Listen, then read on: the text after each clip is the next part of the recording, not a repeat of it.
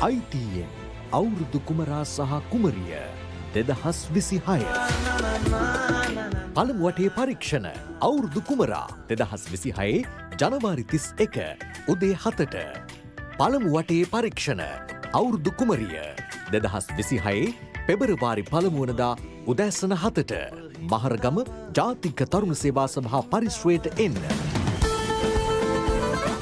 තරු මල් පූදින වසත් කාලයයි මේ.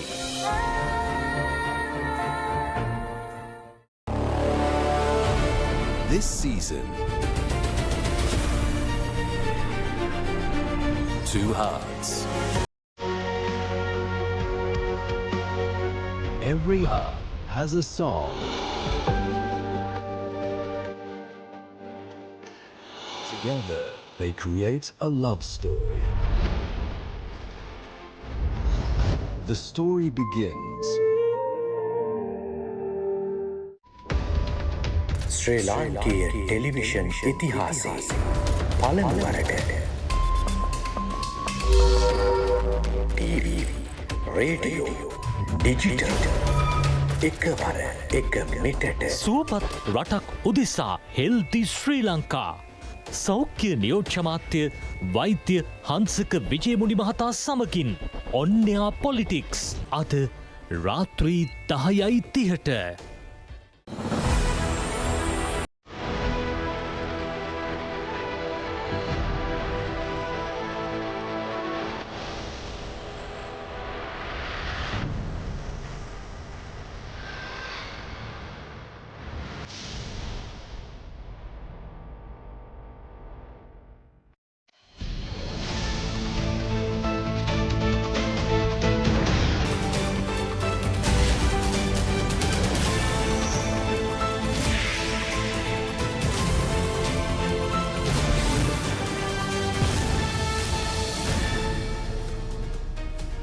සුබ සන්ධ්‍යාවක්. විශ්වසනීය පුවත් කාටත් කලින් රටට කියන ITN සවස 6:30 ප්‍රධාන ප්‍රවෘත්ති විකාශය සමගින් යොම. දෙත්වා සුළුකුණාටුවෙන් හානියට පත් ආගමික ස්ථාන යළි ගොඩනැගීමේ ව්‍යාපෘතිය ජනාධිපති අනුර කුමාර දිසානායක මහතාගේ ප්‍රධානත්වයෙන් ආරම්භ කෙරුණා. ඒ සමග දවස උණුසුම් කළ පුවත් සිරස්තල දැන්.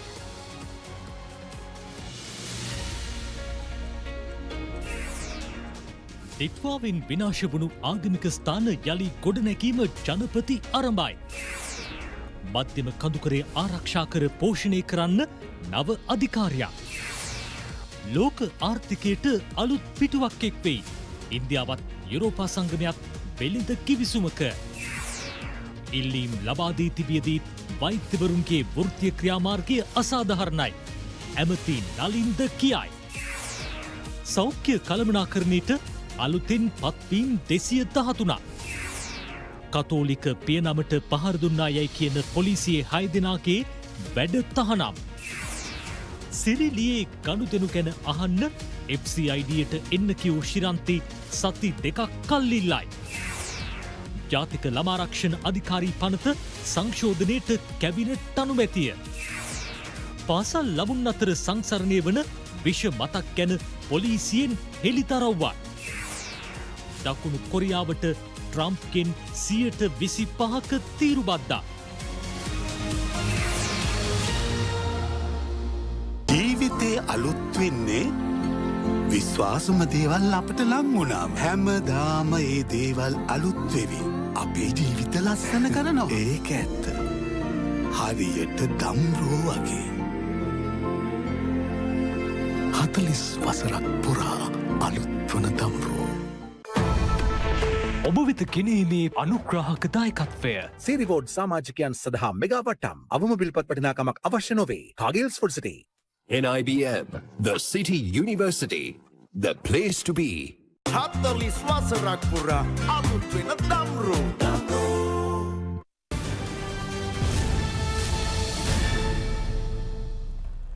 දිත්වා සුලිකුණාටුවෙන් හානියට පත් ආගමික සිද්ධස්ථාන යළි ගොඩනැංවීමේ ගොඩනගමු අධිෂ්ඨානයේ සංහිඳ ජාතික වැඩසටහන ජනාධිපති අනුර කුමාර දිසානායක මහතාගේ ප්‍රධානත්වයෙන් ආරම්භ කෙරුණා.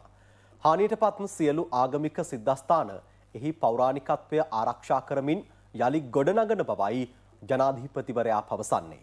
මේ අතර මධ්‍යම කඳුකරය ආරක්ෂා කරමින් පෝෂණය කිරීමට නව අධිකාරියක් පිහිටුවන බවද ජනාධිපතිවරයා සඳහන් කළා.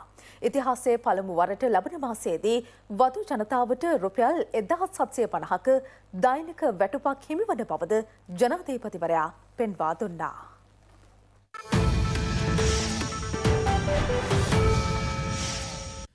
දෙට්වා සුලිකුණාටුවෙන් හානියට පත් ආගමික සිද්ධස්ථාන යළි ගොඩනැංවීමේ ගොඩනගමු අධිෂ්ඨානයේ සංහිඳ ජාතික වැඩසටහන ආරම්භ කෙරුණේ ගම්පොළ දොරකල පීකොක් හිල් ජනපදයේ ශ්‍රී බෝධිරුක්කාරාම විහාරස්ථානයේදී.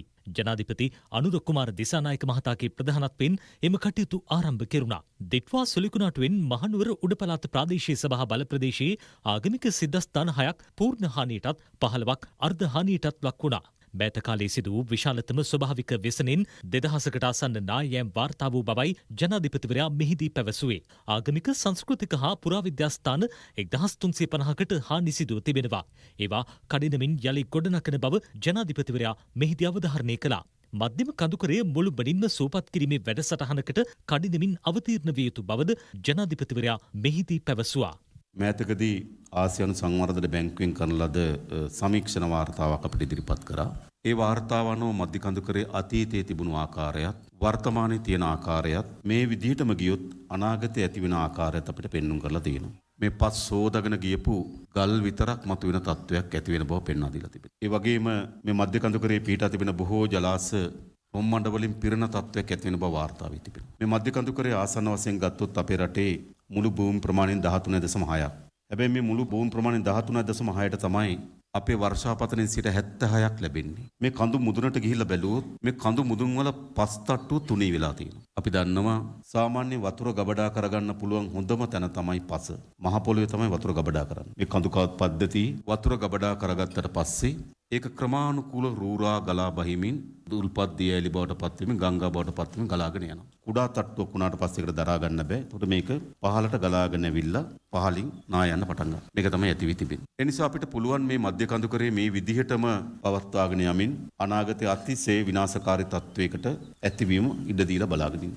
නමුත් ආණ්ඩුවක් හැටියට අපි සූදානම් නැහැ. ඒ නිසා අපි තීරණයක් අරන් තිබෙනවා දැන්ටත් අපි පනතක් සහ ඒ පනත අනුව අධිකාරියක් පිහිටවීමට අපි තීන්දුවක් කරන් තියෙනවා. ඒ අධිකාරියට සියලු බලය දෙන කුසකර්මාන්ත සැලසුම් හදන්නේ, වාරි මාර්ග සැලසුම් හදන්නේ, වනජීවී වන සංරක්ෂණ සැලසුම් හදන්නේ, නිවාස යලි පදිංචි කිරීම මේ සියල්ල සැලසුම් හදන්නේ අධිකාරියකි. පූර්ණ බලය සහ රැකවරණය දෙන ශක්තිමත් නීතියක් දැන් අපි හදන්න කියලා බාර දීලා තිබෙනවා.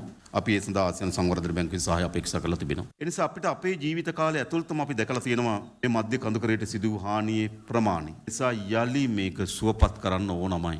මොකද මේ මධ්‍ය කඳුකරේ මත තමයි අපේ රටේ මුළු ආර්ථිකය මුළු ජීවන තත්ත්වය මුළු සමාජ ජීවිතය රඳාපවතින මධ්‍ය කඳුකරේ මත. ඈත පොළොන්නරුව අනුරාධපුරේ පළාත් වලට වතුර ලැබෙන මේ මධ්‍ය කඳුකරේ.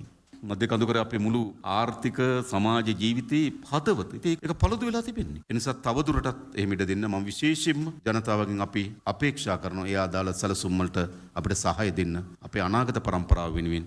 බැතර පළමු වසරට අදාළ නව අධ්‍යාපන ප්‍රතිසංස්කරණ අනිත්දා සිට ආරම්භ කෙරෙනවා. වසර 13ක අධ්‍යාපනය සම්පූර්ණ නොකර කිසිදු දරුවෙකු පාසලින් පිටමන් නොවිය යුතු බවයි ජනාධිපතිවරයා සඳහන් කළේ. ආර්ථික සංවර්ධනය මෙන්ම යහපත් මිනිස් සබඳතා සහිත සමාජයක අවශ්‍යතාවද ජනාධිපතිවරයා මෙහිදී පෙන්වා දුන්නා. ඕලෙවල් විභාග ලියන්න කලින් ළමුන් 38000 පාසල් හැර යනවා. අපි බන්ධනාගාරගත වූවගෙන් බැලුවා. ඒකෙන් 74කට ආසන්න ප්‍රමාණයක් 10 පන්තිට යටින් ඉන්න අය. එනිසා මේ ඕලෙවල් වලට පෙර පාසල් හැර යන එක නතර කරන්න. අවුරුදු 13ක අධ්‍යාපනය ලබා දෙන එක ආණ්ඩුවේ වගකීම. අනිවාර්ය ලෙස. අපි දැනට අනුරාධපුර ප්‍රදේශයේ පාසලක මේක අත්අඩංගුවට කරලා තිබෙනවා. අපි ඒක අනිත් පාසල් වලටත් සැලසුම් කරමින් තිබෙනවා. දරුවා පාසලට ආවේ නැත්නම් දෙමව්පියන්ට SMS පණිවිඩයක් කරනවා දරුවා පාසලට ආවේ නැහැ කියලා. මේ අධ්‍යාපන පරිවර්තනීය ප්‍රතිසංස්කරණ මේ 29 වෙනිදා පළවෙනි වසරට පටන් ගන්නවා.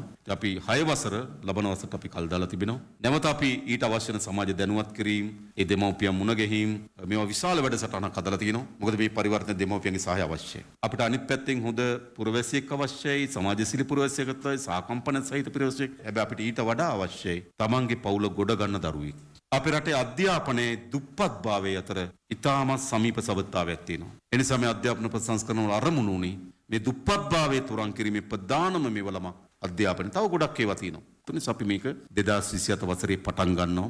මහා සංඝරත්නයේද සර්වාගමික පූජකවරුද අමාත්‍ය ආචාර්ය හිනිදුම සුනිල් සෙනවි මහතා ඇතුළු ජනතා නියෝජිතයන් රැසක්ද මෙම අවස්ථාවට එක්ව සිටියා. ඔබතුමා ජනාධිපතිතුමා බවට පත් වෙලා රජයේ මුදල් නාස්ති නොකර හොරා කන්නේ නැතුව ඒ වගේම ආරක්ෂා කරමින් මේ ආකාරයෙන් දුප්පත් පන්සල් තෝරාගෙන අවශ්‍ය දේවල් කටයුතු සිදු කරනවා. එහෙම සිදු කිරීම පිළිබඳව අපි ප්‍රසාදය ගෞරවතුමාට පුද කරන්නට ඕනේ. මේ දුෂ්කර ගම්මානවල උන්වහන්සේ බොහොම අමාරු දුෂ්කර ජීවිතයක් ගත කරන කෙනෙක්. උන්වහන්සේගේ ධනයෙන් මහන්සියෙන් තමයි මේ පන්සල් හැදෙන්නේ. මේ ඉන්න ගමේ ඉන්න මිනිස්සු දුප්පත් අය ගොවිතැන්පත් කරමින් එළවලු වැඩ කරමින් තේදලු නැලිමින් තමයි ඉන්නේ සිංහල දෙමළ අය තමයි මේ පන්සලට දායකත්වයේ දරන කියන මතක් කරනවා. ඒ අයට බොහොම අමාරුයි පන්සලක් හදාගන්න උදව් කරන අමාරුයි. ඒ අමාරු කාලේ වුවද ඔබතුමාලා ඇවිල්ලා මේ අහිංසක පන්සල් වලට ඇවිල්ලා උදව් කිරීම වගේම ඒ කාර්යයේදී අපි හැමෝම එකතු වෙලා උදව් කිරීම තමයි අපේ කාර්යය වෙන්නේ.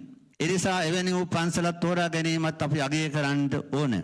වැස්සක් එනකොට තාවකාලිකව ඉන්න තැනින් වෙන තැනකට නැගිටලා යන්න තැතිගත්තු ජනතාවක් අපට හැමදාම තියාගන්න බෑ. ඒ නිසාම තමයි අධිෂ්ඨානයේ සංහිඳ කියලා මේ නම යොදලා සියලු ආගම් සම්බන්ධව තොරතුරු නැත්නම් ආයතන සම්බන්ධ තොරතුරු රැගෙන තක්සේරු කරලා අද ඉඳලා අපට පුළුවන් ඊටාම වේගයෙන් මේකට මැදිහත් වෙන්න. ඒකට රජයේ මැදිහත් වීම අමාත්‍යාංශයේ පූර්ණ මැදිහත් වීම ඒ වගේම අපට සැදැහැසිතින් දුන්නු පරිත්‍යාග විශාල ප්‍රමාණයක් තිබෙනවා. ඒ සියල්ලත් එකතු කරගෙන මේ වැඩේ කරන්න තමයි සූදානම් වෙන්නේ.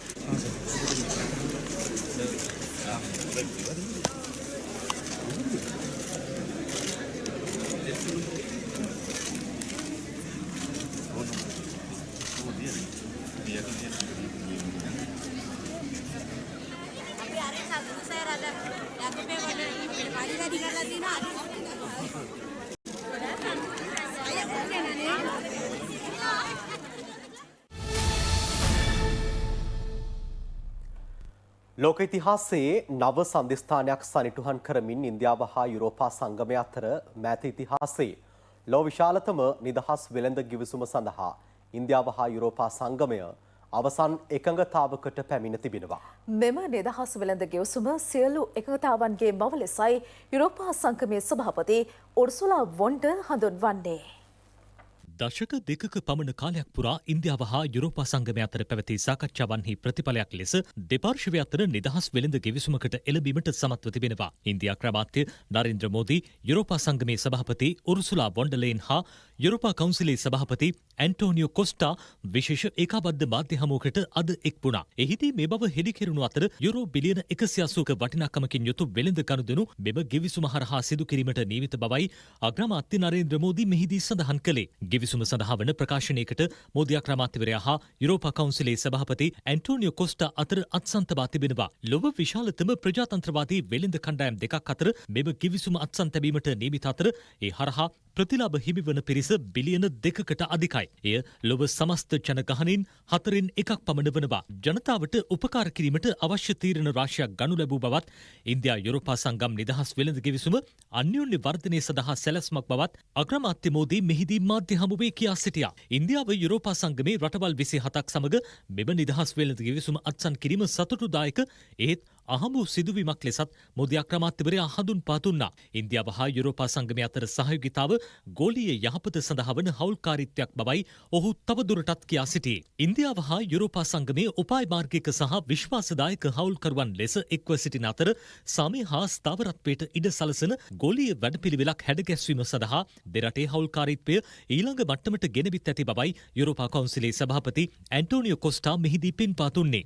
ඉන්දියාව වේගින්ම වර්ධනය වන ආර්ථිකය වන අතර මෙම නිදහස් වෙළඳ ගෙවිසුම යුරෝපයට ඓතිහාසික වැදගත්කමක් දරන්නක් බවද ඔහු කියා සිටියා. මාධ්‍ය හමුවට එක් වූ යුරෝපා සංගමේ සභාපති උර්සුලා වොන් ඩර් ලේන් සඳහන් කළේ ඉන්දියාව ආර්ථිකමය වශයෙන් ඉහළට පැමිණීම සම්බන්ධයෙන් යුරෝපයේ සැබවින්ම සතුටු වන බවයි. මෙය යෝධයන් දෙදෙනෙකුගේ කතාවක් බවත් සියලු එකඟතාවන්හි මව මෙම නිදහස් වෙළඳ ගෙවිසුම් බවත් ඇය මාධ්‍ය හමුවේ පවසා සිටියා. නීතිමත පදනම් වූ සහයෝගීතාවයේ තවමත් විශිෂ්ට ප්‍රතිඵල ලබා දෙන බවට ලෝකයට සංඥාවක් ලබා දීමට මේ හරහා සමත් වූ බවත් මේ ආරම්භයේ පමණක් වන බවත් උර්සුලා තවදුරටත් කියා සිටියා. මෙම නිදහස් වෙළඳ ගෙවිසුම ගෝලීය දළදේශීය නිෂ්පාදිතෙන් 25% පමණ වන අතර මේ හරහා ලොව විශාලතම ආර්ථිකයන් දෙකක් අතර වන සහයෝගීතාවට කැපී පෙනෙන උදාහරණයක් වනවා. ඓතිහාසික අභිලාෂකාමී හා වාණිජමය වශයෙන් වැදගත් මෙම ගෙවිසුම දෙපාර්ශවය අවසන් කරන ලද විශාලම එකඟතාවයද වනවා. බෝධේශපාලනික ආතතින් හා ගෝලීය ආර්ථික අභියෝග ඉහළ යන අවස්ථාවක ලෝකයේ දෙවන හා සිව්වන විශාලතම ආර්ථිකයන් අතර එළඹි එකඟතා ආර්ථික මෙන්ම දේශපාලන සබඳතා ශක්තිමත් කරනු ඇති බවයි විශ්ලේෂකයන් පෙන්වා දෙන්නේ. ඉහළ යන ඇමරිකා තීරුබදුවලට එරෙහිව ගත් උපාය මාර්ගික ආරක්ෂාවක් ලෙසද මෙම එකඟතාවය සැලකෙනවා. යුරෝ බිලියන 180කට වඩා වටිනාකමකින් යුතු භාණ්ඩ හා සේවා මෙම ගිවිසුම හරහා සහතික වන අතර එමකින් යුරෝපයේ රැකියා ලක්ෂ 8කට ආසන්න ප්‍රමාණයකට ප්‍රතිලාභ හිමි වනවා. මූල්‍ය හා නාවික සේවා වැනි අංශවලදී යුරෝපා සමාගම්වලට ඉන්දියාව තුළ වැඩි අවස්ථාවක් හිමි වනවා.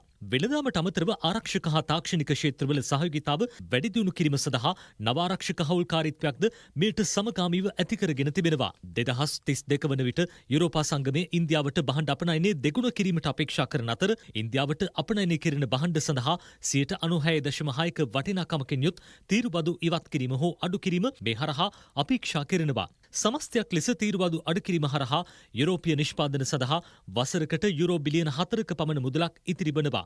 එබැවින් යුරෝපා කාර්මික හා කෘෂි ආහාර සඳහා සැලකිය යුතු තරගකාරී වාසියක් හිමි කර දෙනු ඇති බවයි ආර්ථික විශ්ලේෂකයන් පෙන්වා දෙන්නේ. ඉන්දියාව තමානිකුත් වෙළඳ හවුල්කරුවන්ට කිසි විටක ලබා නොදුන් තීරුබදු අඩු කිරීම යුරෝපා සංගමේ රටවල් වෙත මෙම කිවිසුම හරහා ලබා දෙනු ඇති. උදාහරණයක් ලෙස මෝටර් රථ සඳහා වන තීරුබද්ද 110 සිට 10% දක්වා අඩු කිරීම දැක්විය හැකියි. යුරෝපා වයින් හා මත්පැන් නිෂ්පාදනයන්ට පනවා තිබූ 150ක තීරුබද්ද 20%ත් අතර ගණනකටද යන්ත්‍රෝපකරණ සඳහා 44%ක්ද රසායනික ද්‍රව්‍ය සඳහා 22% හා ඖෂධ සඳහා 11%ක් ලෙස බොහෝ තීරුබදු පහත දමා තිබෙනවා. යුරෝපයේ කුඩා ව්‍යාපාරයන්ටද නව අපනයන අවස්ථා ගොඩනැගෙන වෙළඳ ගිවිසුමක් ලෙසයි මේ හැඳින්වෙන්නේ. එමින්ම ගිවිසුම් මගින් සපයනු ලබන තීරුබදු අඩු කිරීම, නියාමන බාධක ඉවත් කිරීම, විනිවිද භාවය, ස්ථාවරත්වය හා පුරෝකථනය කිරීමේ හැකියාව කුඩා හා මධ්‍ය පරිමාණ ව්‍යවසායකයන්ට විශේෂයෙන් ප්‍රතිලාභ හිමි වෙනු ඇති. එමෙන්ම ඉන්දියාවෙන් යුරෝපයට අපනයනය කරන භාණ්ඩ සඳහා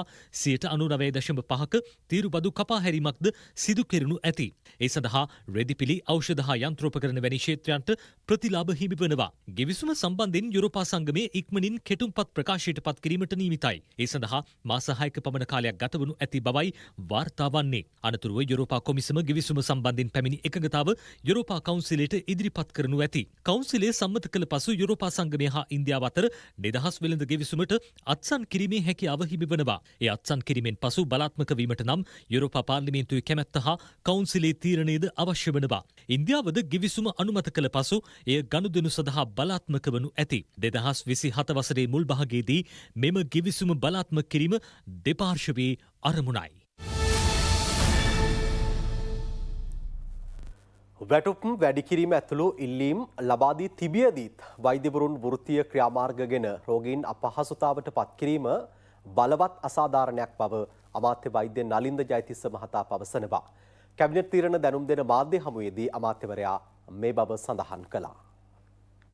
මේ වෛද්‍යවරු ඇතුළු රටේ සමස්ත රජයේ සේවකයන්ට මේ මාසේ මූලික වැටුප් වැඩිවීමක් කළා තියෙනවා. වැටුප් වැඩි කිරීමට පමණක් රුපියල් බිලියන 220ක් යනවා. 2025 බිලියන 110ක් ගියා. මේ අවුරුදු 220ක් යනවා. ලබන අවුරුදු බිලියන 330ක් යනවා. ඒ යන්නේ සමස්ත වැටුප් වලට නෙවෙයි. වැටුප් වැඩි කිරීමට පමණක් අමතර වශයෙන් මේ අවුරුද්දේ බිලියන 220ක් අමතර වශයෙන් ඕන. ඒ මූලික වැටුපට අදාළව අතිකාලය වැඩි වෙනවා, අමතර රාජකාරී දීමනා වැඩි වෙනවා, නිවාඩු දින දීමනා වැඩි වෙනවා. වැඩි කරලා තිබෙන්නේ. ඉතින් මේවා කරන්න පුළුවන්කම තිබෙන්නේ රටේ තිබෙන ආර්ථික තත්ත්වයට සාපේක්ෂව. ආර්ථිකය අපි ක්‍රමානුකූලව ගොඩනගමින් සිටියදී ඔබ දැක්කා අපිට දිත්තා සුළුකුණාටු ආවා. දැන්ට තක්සේරු කරලා තියෙන හානිය රුපියල් බිලියන 1200ක් පමණ. ඩොලර් බිලියන 4.1ක්. ඉතින් එහෙම තිබියදීත් අපි ජනවාරි මාසයේ නියමිත වැටුප් වැඩිවීම නැතර කරේ නැහැ. එහෙම වෙලාවක කවුරු හරි හිතනවා නම් රෝගීන් ප්‍රාණාපයට තබාගෙන සහ තමන්ගේ සමාජික වෛද්‍යවරු ප්‍රාණාපයට තබාගෙන වැඩ වර්ජනය කරලා ආණ්ඩුව අපහසුතාවයට පත් කරන්න ඒ කිසිසේත්ම රට පැත්තෙන් සාධාරණ නැහැ. මේ වෙලාව වැටුප් වැඩිවීමක්, දීමනා වැඩිවීමක්, ඒ වගේ මේ වෘත්තිකයන්ගේ ටැක්ස් අඩු කිරීමක් එහෙම කරලා සහන සලසලා තිබියදී සෞඛ්‍ය සේවාව අඩපණ කරන අන්දමින් මේ අසන රෝගීන් රෝහලට පැමිණෙන අය පෝලිං වල රස්තියාදු කරලා නැත්නම් මේ මාසේ ක්ලිනික් එකේ බලන්න නැතුව ලබන මාසයට යවලා ගෙදර යවනවා නම් අවශ්‍ය කරන ඖෂධ ප්‍රමාණයේ සෝ පරීක්ෂණ වලට සාධාරණ කිටු කරන්නේ නැත්නම් ඒක කරන බරපතල අසාධාරණයක්. ඒ නිසා මම කරුණා කළා කියන්නේ මේ GMO එකේ ඊටාම කුඩා කල්ලියක් විසින් විවිධ අරමුණු ඔස්සේ මෙහෙවන වැඩ වර්ජන සහ වෘත්තීය ක්‍රියාමාර්ග වලට සම්බන්ධ වෙන්න එපා කියන එක මම සියලුම වෛද්‍යවරුන්ගෙන් ඉල්ලන්න කැමතියි. අපේ රටේ විශේෂඥ වෛද්‍යවරුන්ගේ සාතිශය බහුතරයක් මේ වැඩ වර්ජන හෝ වෘත්තීය සමග ක්‍රියාමාර්ග තුල නැහැ. රාජ්‍ය සෞඛ්‍ය කළමනාකරණ සහකාර තනතුර සඳහා 213 දෙනෙකු වෙත පත්වීම් ලිපි ප්‍රදානය කොළඹදී සිදු කෙරුණා. රාජ්‍ය සෞඛ්‍ය කළමනාකරණ සහකාර තනතුරු සඳහා පත්වීම් ලිපි ප්‍රදානය සිදු කෙරුණේ අමාත්‍ය වෛද්‍ය නලින්ද ජයතිස්ස මහතාගේ ප්‍රධානත්වයෙන්. අමාත්‍යංශ නිලධාරීන් ඇතුළු පිරිසක් ඊට එක්ව සිටියා. රාජ්‍ය සේවයට පිවිසීමේදී රට වෙනුවෙන් ඉලක්කවලට යාමට ක්‍රියා කළ යුතු බව අමාත්‍යවරයා නව පත්වීම් ලාභීන් හමුවේ කියා සිටියා. අපේ සෞඛ්‍ය සේවාවේ ඉන්න අය රටේ ආදායම් උත්පාදනය කරන්න මහන්සි නොවුනට ආදායම් උත්පාදනය කරන අයට අවශ්‍ය කරන පහසුකම් ලබා දෙන්න එක ප්‍රධාන ශේෂ්ත්‍රයක් අපි. සෞඛ්‍ය සේවාව හරියට වැඩ නොකළොත් අර කියන අපරාණ ආදායම ගන්න බෑ. සෞඛ්‍ය සේවාව හරියට වැඩ නොකළොත් අර කියන ආදායම් ඉලක්ක වලට යන්න බෑ. සෞඛ්‍ය සේවාව ජනතාවට ඍජුවම ලබා දෙන කණ්ඩායමට පහසුකම් ලබා දෙන කණ්ඩායම හැටියට ඔබට පැවරන වගකීමත් දැවැන්තයි කියන එක මතක තියාගන්න. අපේ සෞඛ්‍ය කාර්ය මණ්ඩලයේ ඉන්න කෙනෙකුගේ පුද්ගලික ලිපිගණුවක කටයුතු ප්‍රමාද කරනවා නම් ඒන කෙනා අතෘප්තියටපත් වෙනවා නම් තමන්ගේ රෝහලේ රාජකාරිය පැත්තක තියලා දවස් ගාණක් මෙතනට එන්න සිද්ධ වෙනවා නම් නිතර දුරකථන අමතුම් සිද්ධීලා මගේ වැඩේට මොකද වෙන්නේ කියලා අහන්න සිද්ධ වෙනවා නම් එයා වැඩ කරන තෘප්තියෙන් නෙමෙයි. ඒතර ප්‍රතිකාර සපයන කෙනා තෘප්තිපත් නොවුනොත් අර අපේ ආර්ථිකය හදන්න ඍජුව දායක වෙන නිෂ්පාදක ක්‍රියාවලින් ඉන්න පුරවැසියාට තෘප්තිමත් සේවාවක් සැපෙන්නේ නැහැ. නම් මේක තම්වැලක් වගේ ගැට ගැහිච්ච ක්‍රියාවලියක්. ඒකෙදි හැම දිනාගේම කාර්යභාරය වැදගත්. හැබැයි මෙහෙමත් එකක් මතක තියාගන්නට ඕන. අපි නැත්තම් ලෝකෙ දුවන්නේ නැහැ කියලා හිතන්නත් එපා. මම නැතත් අපි මේ අතරේ කලේ කවුරු නැතත් එතන වෙන කෙනෙක් ඒවි ලෝකෙ ඉස්සරහට යනවා. හැබැයි මේ යම් ක්‍රියාවලියක් කරගෙන යනකොට ඒ ධම්මලේ පුරුක වැදගත් වෙනවා. ඒ පුරුක එහෙම නැත්නම් ඒක රිප්ලේස් වෙන මොනවා හරි ක්‍රමයක් ලෝකයේ විසින් හදා ගන්නවා. ඒස අපි වැදගත් තමයි. හැබැයි මේ වැදගත්කම් පිළිබඳව අපිට තාක්ෂේරුවක් ඇතුව වැඩ කරනවා.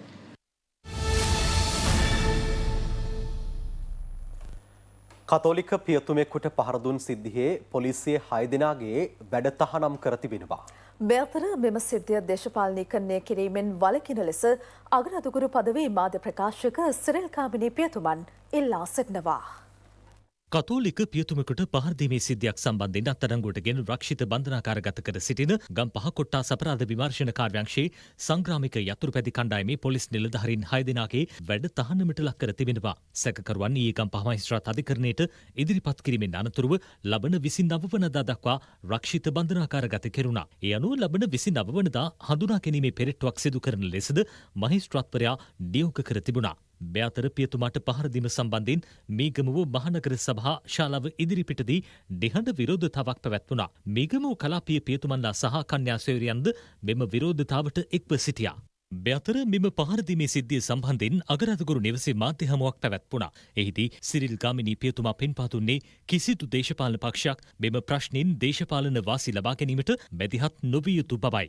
අධිකරණ ක්‍රියාමාර්ගය ගැන අපි සෑහීමකටපත් වෙනවා මේ වෙන විට. ඒ කියන්නේ නීතිය ක්‍රියාත්මක වෙමින් පවතිනවා කියන එක අපිට තේරෙනවා. අධිකරණයට ඒ අයටත් කරුණු ඉදිරිපත් කරන්න පුළුවන්. පියතුමාගේ පැත්තෙන් පියතුමාටත් කරුණු ඉදිරිපත් කරන්න පුළුවන්. ඒතර අධිකරණයේදී තමයි අපිට බලා ගන්න වෙන්නේ කවුද හරි කවුරු වැරදි කියලා. කිසිම දේශපාලන පක්ෂයක් මේක අරගෙන තමන්ගේ වාසියට පාවිච්චි කරන්න ඕනේ නැහැ. ඒක වැරදි. මෙතන සිද්ධ වෙලා තියෙන්නේ පුරවැසියෙකුට මුළු පොලිසියෙම නෙමෙයි. පොලිසිය 6 දෙනෙක්ගෙන් වරදක් සිද්ධ වෙලා තියෙනවා කියලා අපි විශ්වාස කරනවා. එතකොට ඒක සිද්ධ වුණාද නැද්ද කොහොමද සිද්ධ වුණේ ඒක වැරද්ද කවුද කියන එක අපි අධිකරණයේ තමයි බලන්න වෙන්නේ. පියතුමාව හෝ මේ සිද්ධිය හෝ දේශපාලනයට පාවිච්චි කරන්න එපා කියන එක අපි ඔක්කොම දේශපාලකයන්ගෙන් ඉල්ලා සිටිනවා. පොලිස් මූල්‍ය අපරාධ කොට්ටාශය හමුවේ අද පෙනී සිටිය නොහැකි බවට ශිරන්ති රාජපක්ෂ මහත්මිය දැනුම් දීමක් සිදු කර තිබෙනවා. මේ අතර හිටපු අමාත්‍යවරයෙකු වන පී හැරිසන් මහතා මූල්‍ය අපරාධ විමර්ශන කොට්ටාශය හමුවේ අද පෙනී සිටියා.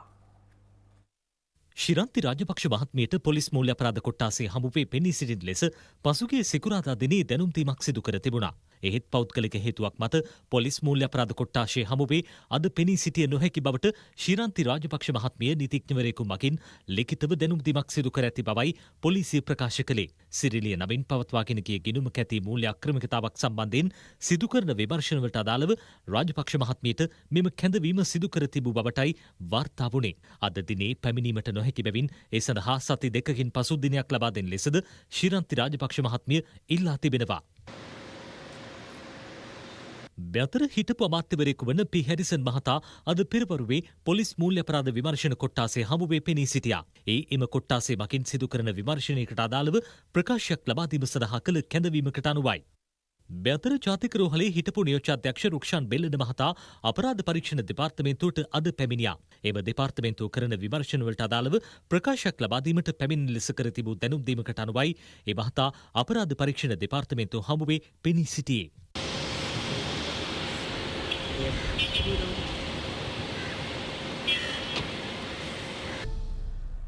බදුල්ල පොලිස් කොට්ටාශ අපරාධ විමර්ශන ඒකකයේ පොලිස් කොස්තාපල්වරයක් ළඟ තිබී හෙරොයින් ග්‍රෑම් 4කට වැඩි ප්‍රමාණයක් සොයාගත් බව අඹගස්දෝව පොලිසිය පවසනවා.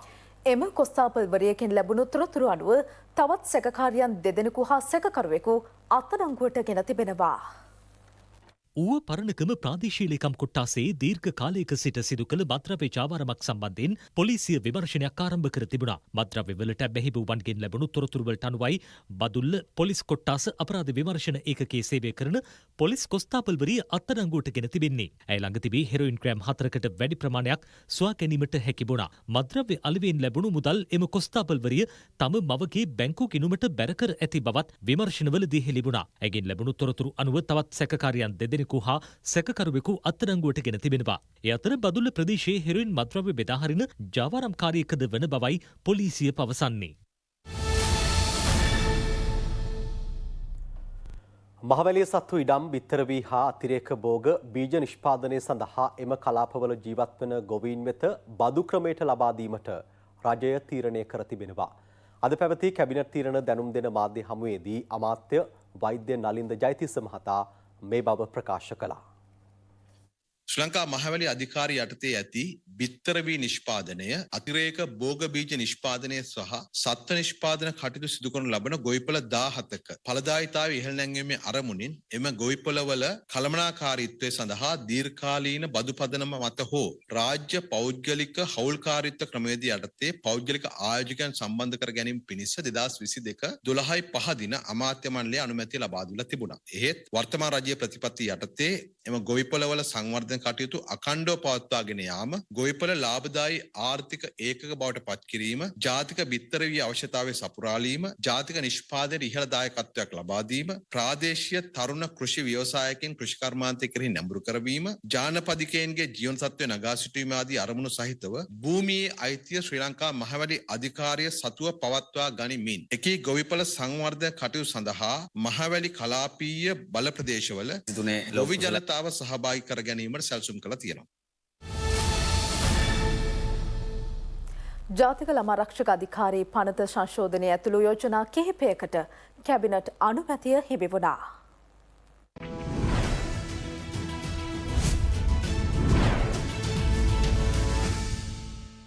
ළමයින්ට එරෙහි සයිබර් අපරාධ වැළැක්වීම සඳහා නව නීති පද්ධතියක් හඳුන්වා දීමට තීරණය කර තිබෙනවා. ජගත් ළමා අයිතිවාසිකම් ප්‍රඥප්තියට අනුගතව ළමා අයිතිවාසිකම් පනත ලෙස නව පනතක් හඳුන්වා දීමටද කැබිනට් අනුමැතිය හිමි වුණා. ගෘහස්ත ප්‍රචණ්ඩ ක්‍රියා වැළැක්වීමේ පනත වෙනුවට නව පනතක් හඳුන්වා දීමටද නියමිතයි.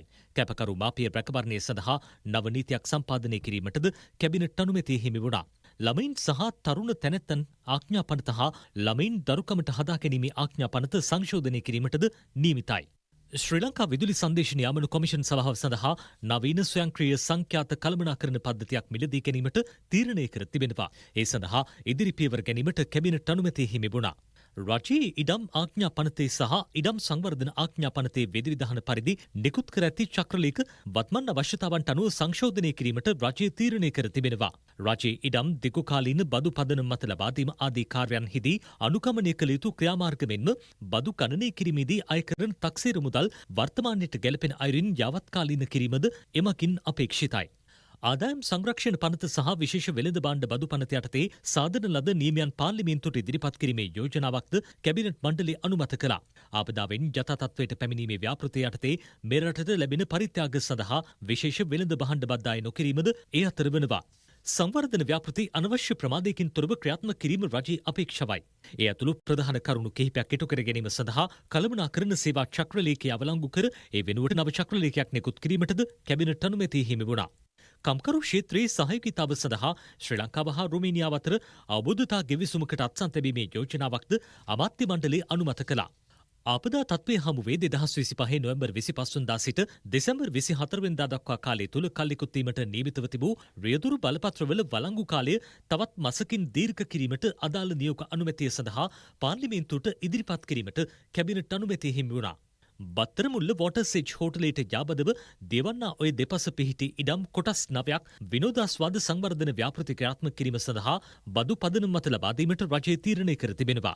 මේ අතර නුවර එළිය ඩන් අතුරු මාර්ගයේ ග්‍රෙගරි වැවට යාබදව පිහිටි නාගරික සංවර්ධන අධිකාරිය සතු අක්කර 10ක ඉඩම් කොටස විදේශ සංචාරකයන් ආකර්ෂණය කරන විනෝද කාර්යයන් සඳහා වන ව්‍යාපෘතියක් උදෙසා සුදුසු ආයෝජකයෙකුට ලබා දීමටද කැබිනට් අනුමැතිය හිමි වුණා.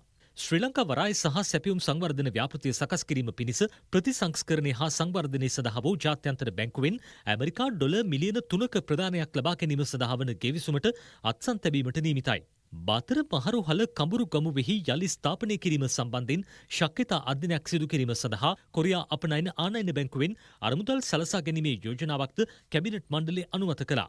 ප්‍රජාශක්ති දිලිඳු බව තුරන් කිරීමේ ජාතික ව්‍යාපාරය යටතේ මේ වසර තුළ ව්‍යාපෘති අනුමත කිරීමේ හා ක්‍රියාත්මක කිරීමේ ක්‍රමවේදය කාර්යක්ෂමව සිදු කිරීමට හැකිවන පරිදි අදාළ මාර්ගෝපදේශ අනුගමනය කිරීමටද කැබිනට් අනුමැතිය හිමි වුණා. ආවරන්කාල් තොණ්ඩමනාරු මාර්ගයේ වැඩි දියුණු කිරීමේ ව්‍යාපෘති ක්‍රියාත්මක කිරීමට අවම ලන්සුකරු වෙත ප්‍රසම්පාදනයේ පිරිනැමීමටද තීරණය කෙරුණා.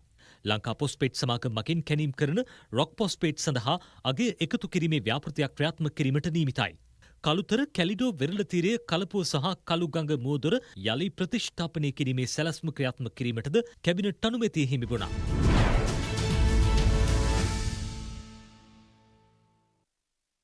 Become a global graduate with NIBM right after your O-levels and A-levels to explore globally recognized higher educational opportunities in the UK, Australia and Malaysia. Join NIBM as they are now located in Colombo 7, Kirlipana, Rajagiriya, Peradeniya, Kandy, Kurunagala, Gaul and Mathura. Call NIBM now on 011 732 1000. NIBM, the City University.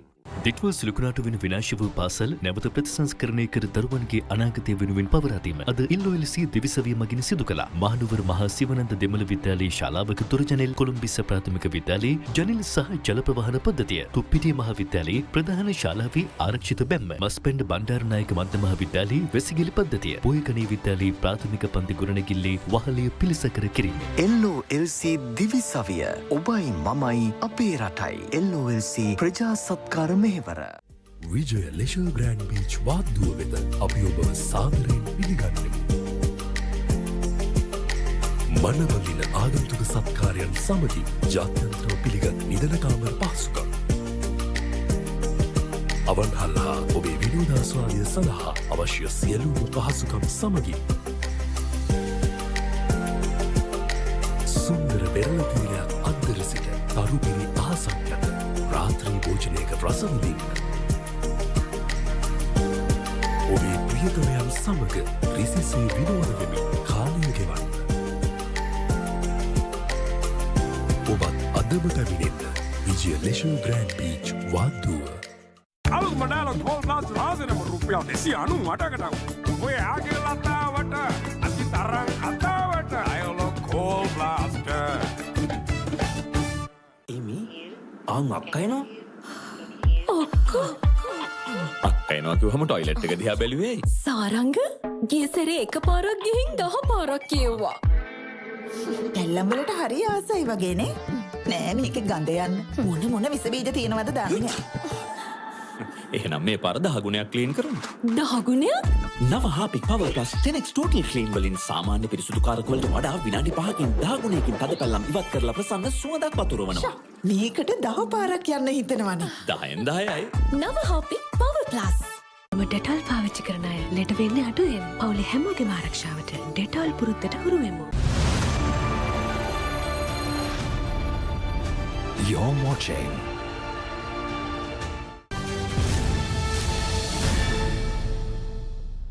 අපි දැන් යමු වෙන්නේ ඔබ සැමට වැදගත් වන තවත් කාරණාවක් වෙතටයි. ඒ තමයි මේ දිනවල පවතින බඩු මිල. අපි බලමු මේ දිනවල ඔබට ලබා ගන්න පුළුවන් අඩු මිල ගණන් කොහොමද කියලා. අපි අද කාගිල් ෆුඩ් සිටි වෙත ආවේ 2029 වසර වෙනුවෙන් සීරිවෝඩ් සමාජික ඔබට කාගිල් ෆුඩ් සිටි වෙතින් ලබා දෙන මෙගා වට්ටම් ගැන දැනුවත් කරන්න. මේ නව වසරේදීත් ඔබේ ප්‍රියතම වෙළඳ නාම රැසක් සඳහා මෙගා වට්ටම්. ෆෝචූන් RBD පොල් තෙල් ඉතිරි රුපියල් 400යි. ගෝල්ඩි සුප්‍රීම් චිකන් සොසේජස් ඉතිරි රුපියල් 240යි. ඇස්ට්‍රා ඉතිරි රුපියල් 325යි. නෝ පිටිකල පොල් කිරි ඉතිරි රුපියල් 280යි. සිස්ටා තේ ෆොයිල් පවුච් ඉතිරි රුපියල් 460යි. Kotmale fruit and nut ice cream ඉතිරි රුපියල් 360යි. මේ සඳහා අවම බිල්පත් වටිනාකමක් අදාළ නොවේ. මෙම මෙගා වට්ටම් අත්දින්න ඔබත් ඕනෑම කාගිල් ෆුඩ් සිටි ශාඛාවකින් සීරිවෝඩ් සමාජිකත්වය සඳහා නොමිලේ ලියාපදිංචි වන්න. 77 වන ඉන්දිය ජනරජ දිනය වෙනුවෙන් විශේෂ සමරන උත්සවයක් කොළඹ පිහිටි ඉන්දිය මහකොමසාරිස් කාර්යාලයේදී පැවැත්වුණා. ප්‍රධාන ආරාධිත ලෙස සභාගය වූයේ අමාත්‍ය වෛද්‍ය නලින්ද ජයතිස්ස මහතායි. 77 වෙනි ඉන්දිය ජනරජ දිනය වෙනුවෙන් ඉන්දිය මහකොමසාරිස් කාර්යාලයේ සංවිධානය කළ ජනරජ දින උත්සවය විශාල පිරිසකගේ සහභාගීත්වයෙන් පැවැත්වුණා. ඉන්දිය මහකොමසාරිස් සන්තෝෂ් ජා මහතාගේ සහභාගීත්වයෙන් පැවැති එම උත්සවයට විශේෂ ආරාධිතයන් ලෙස අග්‍රාමාත්‍ය ආචාර්ය හරිනි අමරසූරිය, හිටපු ජනාධිපතිවරුන් වන මහින්ද රාජපක්ෂ, මෛත්‍රීපාල සිරිසේන, ගෝඨාභය රාජපක්ෂ යන මහත්වරුන්ද එක්ව සිටියා. උත්සවයේ ප්‍රධාන ආරාධිතයා ලෙස එක් වූයේ අමාත්‍ය වෛද්‍ය නලින්ද ජයතිස්ස මහතායි. දෙරට අතර ඉතිහාසයේ ඇතුළත් ග්‍රන්ථ පිරිනැමීමක්ද මෙහිදී සිදු කෙරුණා. I am delighted to be here this evening representing the government of Sri Lanka. ජනාධිපති අනුර කුමාර දිසානායක මහතා ශ්‍රී ලංකා රජය හා 77 වන ජනරජ දිනය වෙනුවෙන් ඉන්දිය රජයට හා ජනතාවට මෙම සුවිශේෂී අවස්ථාවේදී උණුසුම් සුබ පැතුම් එක් කරනවා. ශ්‍රී ලංකාව හා ඉන්දියාව අතර පවත්නා දැඩි සබඳතාව ඈත ඉතිහාසයේ දක්වා දිවෙනවා. දෙරට අතර පවත්නා අන්‍යෝන්‍ය ගෞරවය සහ සහයෝගීතාව මත අපගේ බැඳීම් ගොඩනැගී තිබෙනවා. ශ්‍රී ලංකාවේ ළඟම හා විශ්වාසවන්තම මිත්‍රයෙකු ලෙස ඉන්දියාව හැඳින්විය හැකි. ඉන්දියාව ශ්‍රී ලංකාවට අත්‍යවශ්‍යම අවස්ථාවන්හි ලබා දෙන අඛණ්ඩ සහයෝගයේ ඉතා ගැඹුරින් අප අගය කරනවා. දිට්වා සුලිකුණාටුවෙන් පසු ලබා දුන් සහයෝගය මේ මොහොතේදී අපි මතක් කළ යුතුයි. ඒ වෙනුවෙන්ද නැවත වරක් මම ඔබට තුති පුදන්න කැමැතියි. Let me first warmly welcome you to the India House for our 77th Republic Day බිලියන 1.4ක ඉන්දියානුවන් වෙනුවෙන් මා ස්තුතිවන්ත වීමට මේ අවස්ථාවක් කරගන්නවා ඔබගේ මෙතුදමට සහ සහයෝගීතාවයට. ඉන්දියාවේ ආර්ථිකය අඛණ්ඩ වර්ධනයක්, විරැකියාව පහළ යාමක්, උද්දමනය අඩුවීමත් සිදු වන ඇති බව ආර්ථික විශ්ලේෂකයන් මත පළ කරනවා. 2025 වසරේ ලොව 4 වෙනි දැවැන්තම ආර්ථිකයට හිමිකම් කියන්නේ ඉන්දියාවයි. මේ වසරේ අවසානයට පෙර ලොව 3 වෙනි ආර්ථිකය බවට පත්වීමට අපි අපේක්ෂා කරනවා. ඉන්දියාවේ විදේශ ප්‍රතිපත්ති සුවිශේෂී ස්ථානයකට ළඟා වුණා. අපගේ නොබෙදිය හැකි සබඳතා ශිෂ්ටාචාරයේ පුරා විහිදී පවතිනවා.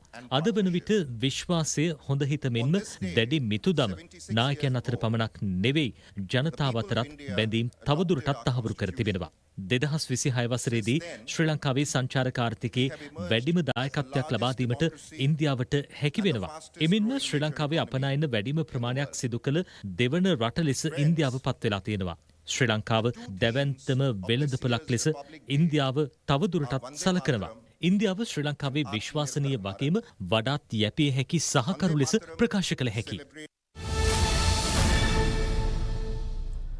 ජනතා විමුක්ති පෙරමුණේ ප්‍රධාන ලේකම් ටිල්වින් සිල්වා මහතා සහ ශ්‍රී ලංකාවේ මාලදිවයින් මහ කොමසාරිස් මසූඩ් ඉමාඩ් මහතා අතර සාකච්ඡාවක් පැවැත්වුණා.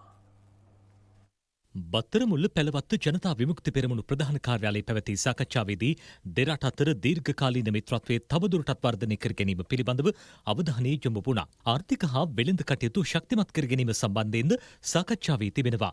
එම අවස්ථාවට ශ්‍රී ලංකාවේ මාලදිවින් මහකුම්සාරිස් කාර්යාලයේ උපදේශක අලි ශරීෆ් මහතා හා පළමු ලේකම් අහමඩ් අසීම් මහතාද එක් වුණා.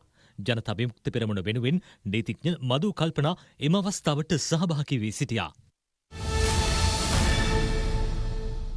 පාසල් ළමයින් අතර සීක්‍රයෙන් ව්‍යාප්ත වන මත්ද්‍රව්‍ය සම්බන්ධයෙන් පොලිසියේ දැඩි අවධානය යොමු ඇති බව පොලිස් මාධ්‍ය ප්‍රකාශක සහකාර පොලිස් අධිකාරී එෆ්.යූ වුඩ්ල මහතා පවසනවා. පාසල් ළමයින්ට මත්ද්‍රව්‍ය අලෙවි කළ 11 දෙනෙකුට එරෙහිව නීතිය ක්‍රියාත්මක කළ බවයි ඒ මහතා ප්‍රකාශ කළේ.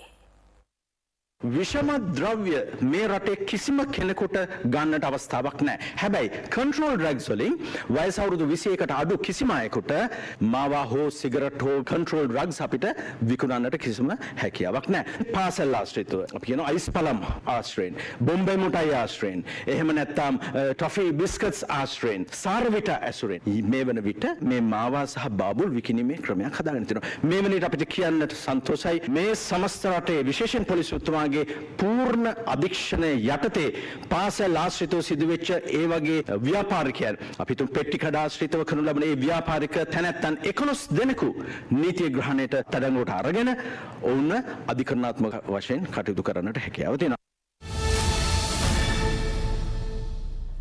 යාපනයේ ප්‍රදේශයේ වායු දූෂණය අවම කිරීමට ගෙන ඇති ක්‍රියාමාර්ග පිළිබඳ වාර්තාවක් ඉදිරිපත් කරන ලෙස අභියාචනාධිකරණය යාපනයේ මහනගර සභාවට නියම කළා. යාපනයේ ප්‍රදේශයේ වායු දූෂණය අවම කිරීමේ නියෝග නිකුත් කරන ලෙස ඉල්ලා එම ප්‍රදේශයේ වෛද්‍යවරයෙක් ඉදිරිපත් කළ රිට් පෙත්සමක් විභාගයට ගත් අවස්ථාවේ අභියාචනාධිකරණය මෙම නියෝගය නිකුත් කළා. පෙත්සමේ නීතිඥවරයා කියා සිටියේ යාපනයේ ප්‍රදේශයේ සිදුවන විවෘත කසල දහනය හේතුවෙන් දැඩි වායු දූෂණයක් සිදුවන බවයි.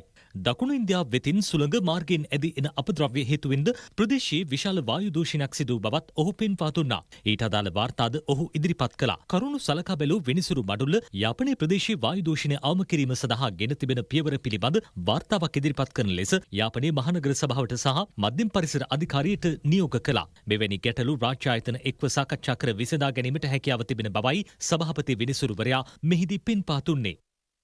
2014 වසරේ දෙසැම්බර් මාස ගංවතුර ආධාර සපයන බව පවසමින් ඛනිජ තෙල් නීතිගත සංස්ථාවට අයත් රුපියල් ලක්ෂ 61කට අධික මුදලක් වැය කිරීම තුළින් රජයේ මුදල් සාබද්‍ය පරිහරණය කිරීම ඇතුළු චෝදනා යටතේ හිටපු ඛනිජ තෙල් විශේෂ අමාත්‍ය අනුර ප්‍රියදර්ශන යාපා මහතා ඇතුළු විත්තිකරුවන් 7 දෙනෙකුට එරෙහිව නඩු පවරා තිබෙනවා.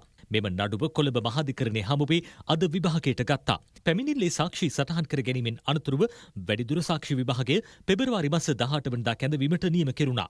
අනුර ප්‍රියදර්ශන යාපා ඔහුගේ බිරිඳ ඇතුළු විත්තිකරුවන් 7 දෙනෙකුට එරෙහිව චෝදනා 5ක් යටතේ මෙම නඩුව කොණු කර තිබෙනවා. ඉකුත්තා ඉන්දියාවේදී අත්අඩංගුවටගෙන මෙරට රැගෙන සංවිධානාත්මක අපරාධකරුවෙකු බව කියන කෙසෙල්වත්තේ දිනූෂ නැමැත්තා සම්බන්ධයෙන් සිදු කරන විමර්ශන වාර්තාවක් කෙසෙල්වත්ත පොලිසිය කොළඹ මහේස්ත්‍රාත් අධිකරණයට ඉදිරිපත් කළා. එහිදී දැනුම් දුන්නේ අදාළ සැකකරු දින 90ක කාලයක් රඳවාගෙන ප්‍රශ්න කිරීමට රැඳවුම් නියෝග ලබාගෙන තිබෙන බවයි. ඒ අනුව මිනිමැරුම් කොල්ලකෑම් සහ තුවාල කිරීම ඇතුළු අපරාධ සිද්ධීන් 8ක් සම්බන්ධයෙන් වැඩිදුර විමර්ශන සිදු කරන බවත් පොලිසිය අධිකරණයට දන්වා සිටියා. මෙම පැමිණිල්ල පෙබරවාරි මාස 14 වෙනිදා කැඳවීමට නියම කළ මහේස්ත්‍රාත් එදින විමර්ශනවල ප්‍රගතිය අධිකරණයට දැනුම් දෙන ලෙසද නියම කළා. අල්ලගත්තා. ඒක තාමත් ඈතට යනවා. මොයිස්චර් එක ස්කින් එකකින් මේ පැහැපත් බවත් නැති වෙලා ගිහින්. එහෙනම් ඒක අපහු ගමු. Vaseline Healthy Bright niacinamide vitamin සමගින් සමෙන් නැතිවුණු තෙතමනය ආපසු එක් කරයි. සති 2ක් ඇතුළත පැහැපත් නිරෝගී සමක්. Vaseline Healthy Bright ඇතුළතින්ම පැහැපත් සමක්. ඊළඟ මේ බෝලිම හරිම ස්ලෝනේ. Gastric so late man. Yoghurt එකක් කන්නකෝ. දැන් ඕනේ ෆාස්ට් වගේම සේෆ් දෙයක්. ගෑස්ට්‍රික් නිසා දවසම අවුල් කරගන්න එපා. විශ්වසනීය ආයුර්වේද සංඝටක වලින් සෑදුණු ඊනෝ තත්පර 6කින් ක්‍රියා කිරීම ආරම්භන බව සායනිකව තාම. ඔයාම ෆාස්ට් ඊනෝ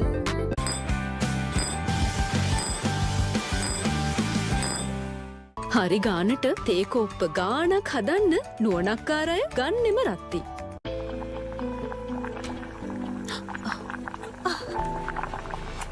කාලයත් එක්ක ඇඟට ඇහුම් කන්න දුන්නොත් ඔබේ ඇඟ ඔබව සීමා කරනවා. යුතුයකම් ඔබට මගහැරෙනවා.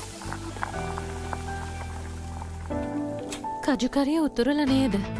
නව Anlene calcium vitamin C, D, zinc, magnesium ඇතුළු පෝෂ පදාර්ථ 11කින් අස්ථි සංධි මාංශපේශී සහ ප්‍රතිශක්තිය මනාව පවත්වා ගන්න උදව් වේ.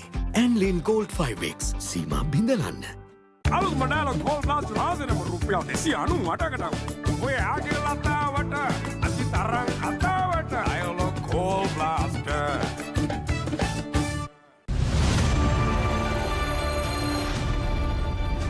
You're watching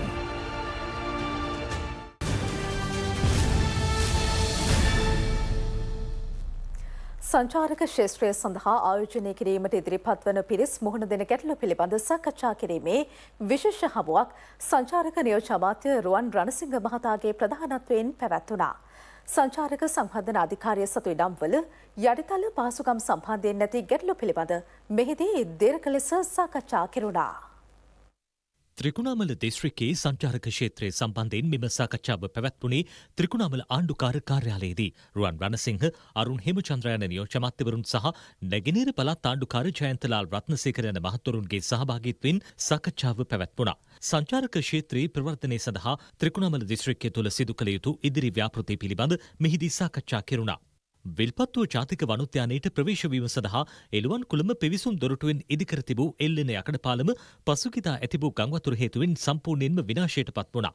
ඒ හේතුවෙන් විල්පත්තුව ජාතික වනෝද්‍යානයේ සංචාරයට එක්වන දෙස්විදෙස් සංචාරකයින්ට ගැටලු මතුවූ අතර ඊට විසඳුම් ලබා දෙමින් බෝට්ටු සේවාවක් ආරම්භ කර තිබෙනවා.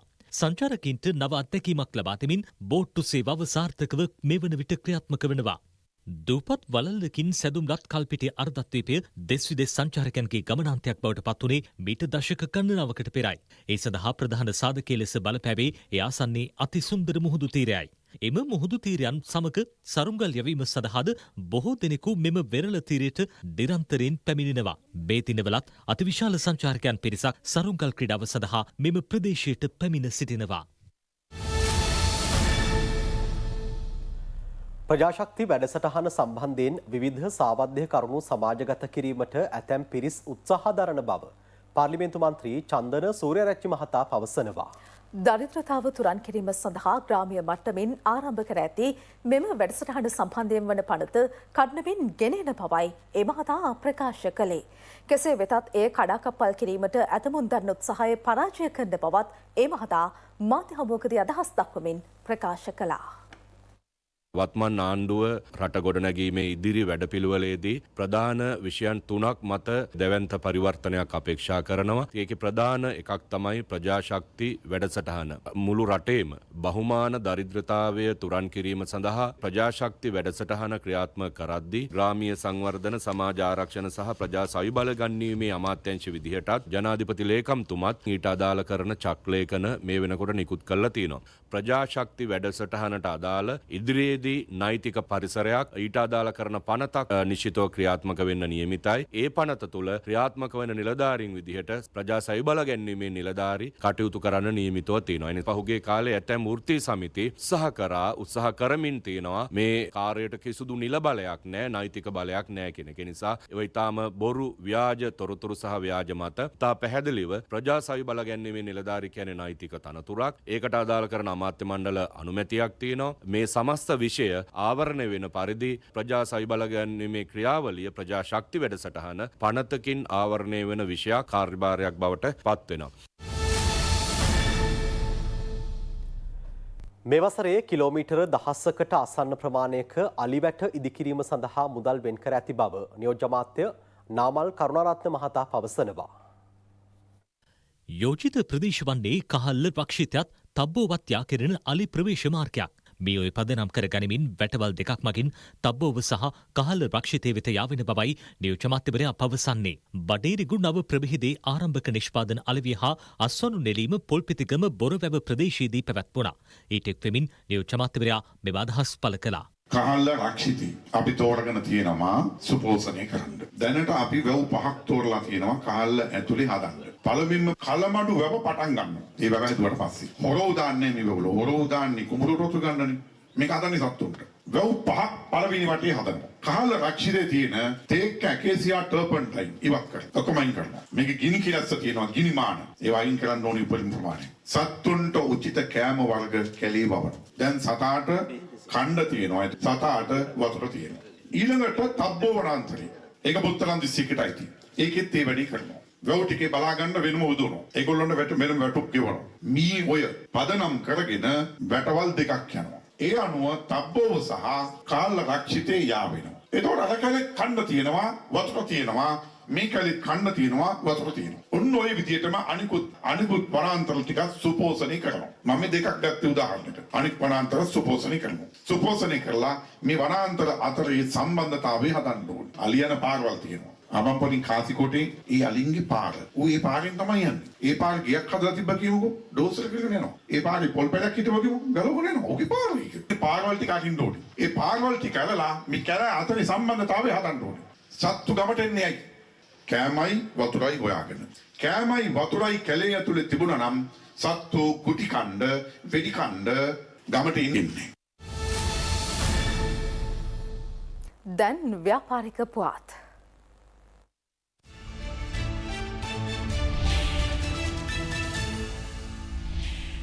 ඩේවිඩ් පිරිස් සමූහයේ පුනර්ජනනීය බලශක්ති අංශය වන රිනිවබල් එනර්ජි ආයතනය ප්‍රජෝයි විදුලි උපකරණ සහ හොයිමිල්ස් සෝලාර් හයිබ්‍රිඩ් පද්ධතිය හඳුන්වා දීම කොළඹ බණ්ඩාරනායක ජාත්‍යන්තර සමන්ත්‍රණ ශාලා පරිශ්‍රයේදී පැවැත්වුණා. ශ්‍රී ලංකාවේ වේගයෙන් වර්ධනය වන පුනර්ජනනීය බලශක්ති ක්ෂේත්‍රය තුළ තම ස්ථානයේ තවදුරටත් ශක්තිමත් කරමින් මෙම හඳුන්වා දීමේ උත්සවය සඳහා ඩේවිඩ් පිරිස් රිනිවබල් එනර්ජි ආයතනයේ අධ්‍යක්ෂවරුන් වන අජන්ත ප්‍රේමසිරි සහ චරිත් සමරතුංග යන මහත්වරුන් ප්‍රධාන ආරාධිතයන් ලෙස සහභාගී වුණා.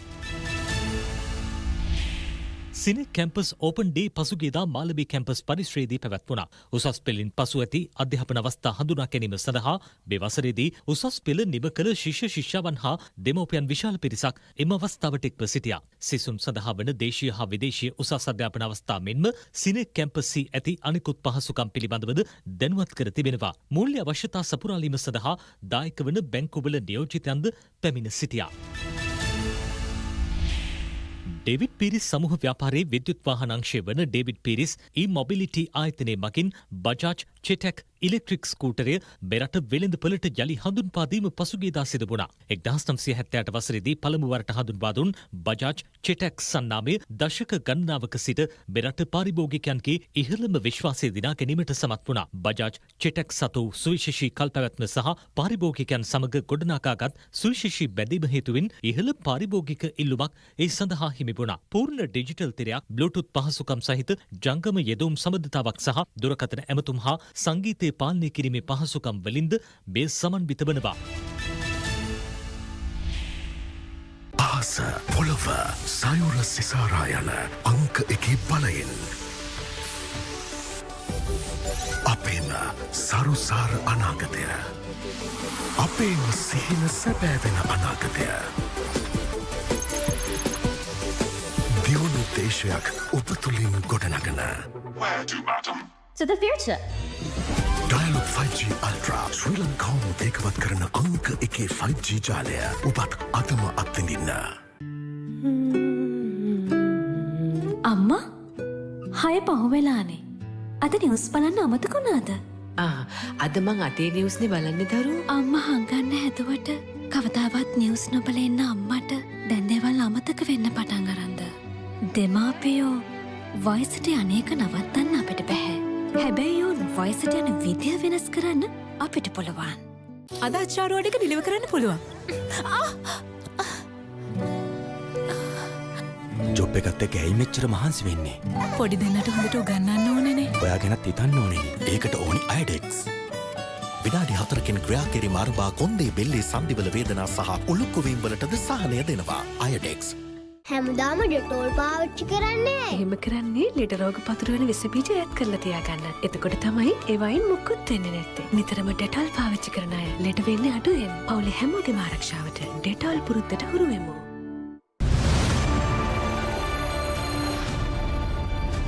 You're watching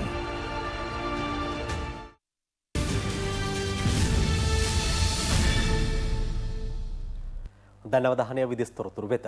දකුණු කොරියාවට පනවා ඇති තීරුබදු 25% දක්වා ඉහළ නැංවීමට අමරිකා ජනාධිපතිවරයා පියවරගෙන තිබෙනවා. පසුගිය වසරේ දෙරට එළඹී එකඟතාවන් තුළ දකුණු කොරියාව කටයුතු නොකරන බව පවසමිනුයි ට්‍රම්ප් ජනාධිපතිවරයා මෙම පියවරගෙන තිබෙන්නේ.